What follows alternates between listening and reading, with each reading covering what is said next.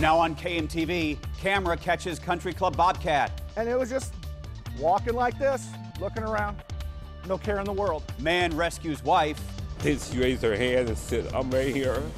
Explosion rocks Benson. I thought it was a bomb. Somebody was attacking us. And all of a sudden, in my three cousins, the front door just went, whoom! But the pressure. And then all of a sudden I heard boom, and I looked over there and went, oh my God. Tonight, Omaha police have identified the woman who died in the house explosion at 65th and Sprague, north of Maple, as 30-year-old Clara Bender. Let's get straight to Jennifer Griswold, who has uncovered lots of new information tonight. Jenny. Craig, Clara Bender was a wife and mother. She worked at CPM Realty as an inspector and went to the rental property today to close it up as part of her job. Those who work with her want to know what went wrong. Clara Bender went to the home at 65th and Sprague today to inspect it after an eviction back in June. Her employer tells me she'd been working with the tenants to get them to remove their things and learned this weekend that finally they were out. As she was at the house, the explosion leveled the home just before 12:30 this afternoon. Omaha police say Bender went to the hospital with burns and later died. Her boss, Jeremy Aspen, told me over the phone tonight that Bender was a fantastic person and CPM is devastated over this loss. He issued this statement: Bender was a dear and beloved member of our company, a loving mother, wife, an all-around amazing person who cherished her family above all else. Aspen told me they take diligent notes about problems at properties and check their records. They could not find any past issues involving the gas.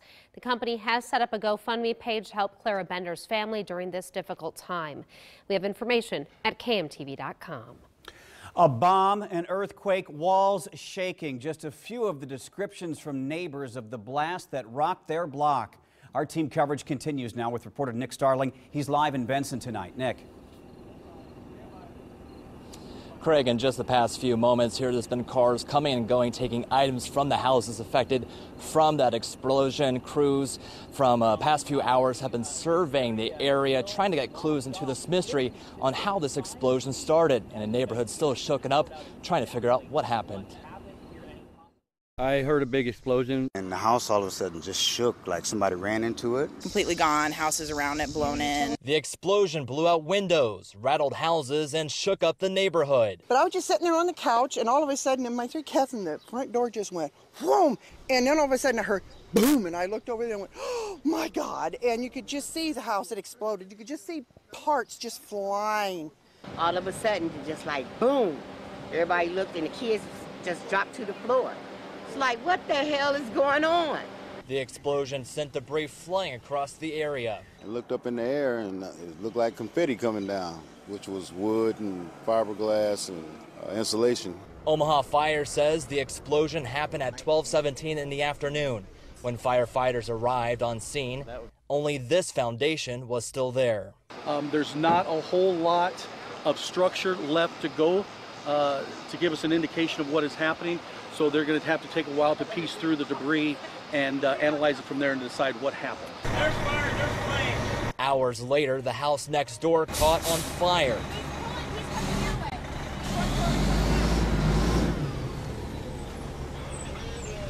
Fire out really quickly. Now, homicide investigators are on scene tonight, but police tell us that is just standard procedure. Reporting live at 65th and Sprague, Nick Starling, KMTV Action 3 News. The explosion was so strong it did severe damage to the home next door. Inside that house, a husband, wife, and their children. The wife ended up pinned under rubble. Reporter Maya Science joins us now with the latest on her condition. Maya. Jen and Craig, Rachel Eady was taken to the hospital following the explosion. Tonight we've learned she's now listed in good condition. We spoke to her husband earlier today, moments after he pulled her from the rubble of their home. So I started grabbing the towel, just filming the roof and stuff off of the bed, pulling off of it. It just kicked me. I just started pulling stuff, stepping on nails to get her out. She got out. Jeffrey Blount says he was at the kitchen sink doing dishes when he felt the explosion. He says it knocked him back from the sink a little bit. He turned to see his kids running towards him, screaming, and looked down the hall to see part of the roof missing. That's when he sprang into action, getting the kids out of the house and going back in for his wife. I was focused on my wife. I didn't know this. I didn't care about myself. I just couldn't get her out of the room. Thank God. Thank God. Blount says neighbors sprang into action to help him rescue her, and he was taken to the hospital for evaluation. Blount says they've lived in the house for 20 years. He says he's just grateful that everyone made it out okay. Reporting live from the studio, Maya Sines, KMTV Action 3 News. Now, your weather alert first forecast. Well, temperatures have leveled off here over the past couple of days, dropping back into the upper 80s after our excessive heat warnings, and afternoon high temperatures in the mid and upper 90s for 4 days straight in a row. But afternoon highs today only managed to make it into the mid to upper 80s. I'll let you know just how long these more seasonal temperatures will stick around. Now to the political spectacle unfolding in Philadelphia. Hillary Clinton had promised a more civil convention than the Republicans had. But shouting, sniping, and what some are calling a Democratic Party civil war broke out today. It pits supporters of Bernie Sanders and backers of the outgoing Democratic Party chairwoman. Tonight, the speeches. Here's CBS News reporter Danielle Nottingham. First Lady Michelle Obama told delegates at the Democratic National Convention and the nation why she believes Hillary Clinton is the best choice for president. What I admire most about Hillary is that she never buckles under pressure. And Hillary Clinton has never quit on anything in her life. Mrs. Obama cited Clinton's lifetime of public service. Someone whose life's work shows our children that we don't chase fame and fortune for ourselves. We fight to give everyone a chance to succeed. Massachusetts Senator Elizabeth Warren went on the attack against Republican nominee Donald Trump. Donald Trump has no real plans for jobs or for college kids or for seniors. No plans to make anything great for anyone except rich guys like Donald Trump.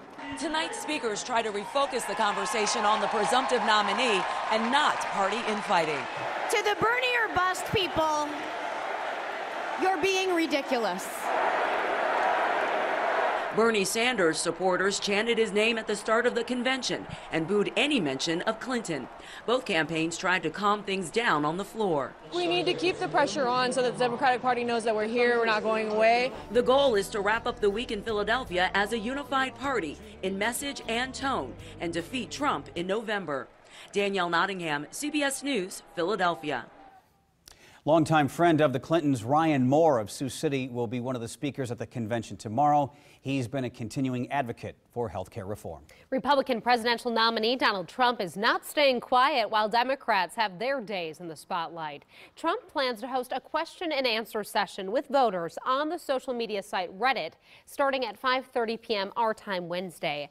Trump's session will take place the same day President Obama and Vice President Biden speak at the Democratic National Convention. Now to the tragedy that has broken the hearts of Husker Nation, the death of Nebraska football player Sam Foltz in a weekend car crash in Wisconsin.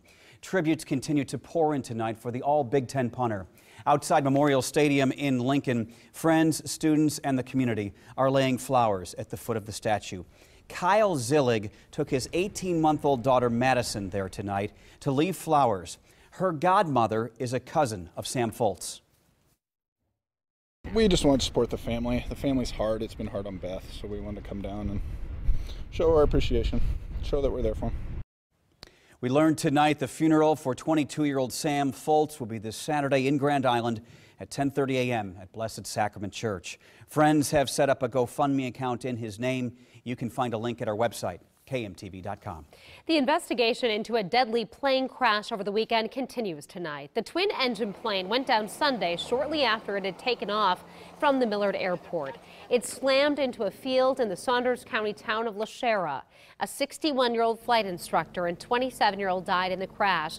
Both men were from the Omaha area, one an Offutt airman. Offutt investigators joined federal officials in looking through the bean field for clues today. A deadly and dangerous start to the bike ride across Iowa. Ragbri. A pickup truck hit and killed a cyclist on Sunday morning near Glenwood, Iowa. Troopers say the driver did not see 72-year-old Wayne Ezel from Jacksonville, Florida. Then just hours later on Sunday night, get this, a pickup hauling a trailer hit a tent, dragging a rider who was inside about 50 feet at a Shenandoah campground. Paramedics flew James Foley to an Omaha hospital. Authorities charged the driver, Danny Carden, with leaving the scene and other counts. Costco's plans to get a chicken processing plant running in Fremont is hitting some turbulence. 3 members of the citizens group Nebraska Communities United filed a lawsuit against the city. The group alleges Fremont is illegally blighting the farmland to get tax increment financing for the plant. The Fremont City Council voted this month to annex about 1,000 acres of land for the project. It's been sweltering in Omaha, and winter is likely the furthest thing from your mind. But the Omaha Public Works Department is making sure they're ready for when the snow flies. The Public Works Department has a bid from Nebraska Salt and Grain Company for about $1.5 million. That translates to 30,000 tons of rock salt for de-icing operations. The City Council will now consider it. The Omaha Police Department helicopter Able 1 is in need of repair.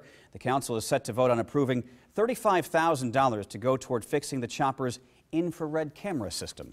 The Latino Center of the Midlands celebrated 45 years of service to their community.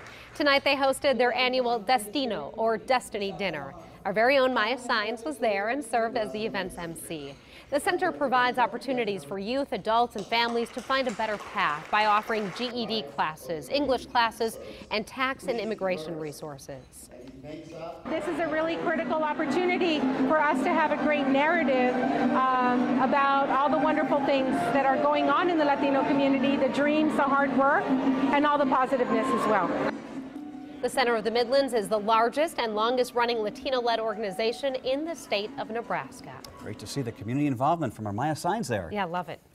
When you think of a pool at a country club, you likely picture lots of sun, lifeguards, and umbrellas. But a lurker in northwest Omaha had managers doing a double take. What it was and the roundabout way they captured this image. And it's dry tonight across the area, but a couple of disturbances, a cold front back across the west will be heading our way midweek, increasing our chances for showers and thunderstorms. I'll show you when the activity will move in. You're watching KMTV Action 3 News with Jennifer Griswold, Craig Negrelli, weather with meteorologist Jennifer Zeppelin, and sports with Phil Aldridge. This is KMTV Action 3 News live at 10.